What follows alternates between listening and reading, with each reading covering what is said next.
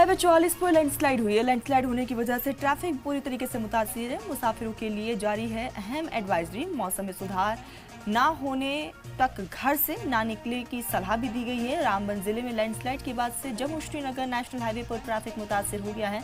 Jammu Kashmir traffic police ने बताया है कि मलबा सड़क पर है, जिससे Jammu Srinagar national highway block हो गया है। मौसम में सुधार ना होने तक ट्रैफिक पुलिस ने मुसाफिरों से अलर्ट रहने को कहा है और बिला वजह घर से बाहर न जाने की भी अपील की है। तो इंतजामिया की तरफ से बाकायदा एडवाइजरी जारी की गई है। कई रूट्स को इस बीच डाइवर्ट किया गया है। कई सड़कें बंद हो चुकी है, जिसकी वजह से आने जाने में आम जन को काफ़ी ज़्यादा परेशानियों का सामना भी करना पड़ रहा है। कनेक्टिविटी पूरी तरीके से टूट चुकी है। आपको बता दें कि इस बीच मुसाफिरों के लिए भी अहम तौर पर एडवाइजरी जारी की गई है। लोगों से अपील की जा रही है कि जो जहाँ है वो वहीं रहें, ज़्यादा ज़रूरत ना हो तो घर से बाहर ना निकले। तो लैंडस्लाइड होने की वजह से ट्रैफिक पूरी तरीके से प्रभावित है। आमजन की मुश्किलें भी लगातार बढ़ रही है।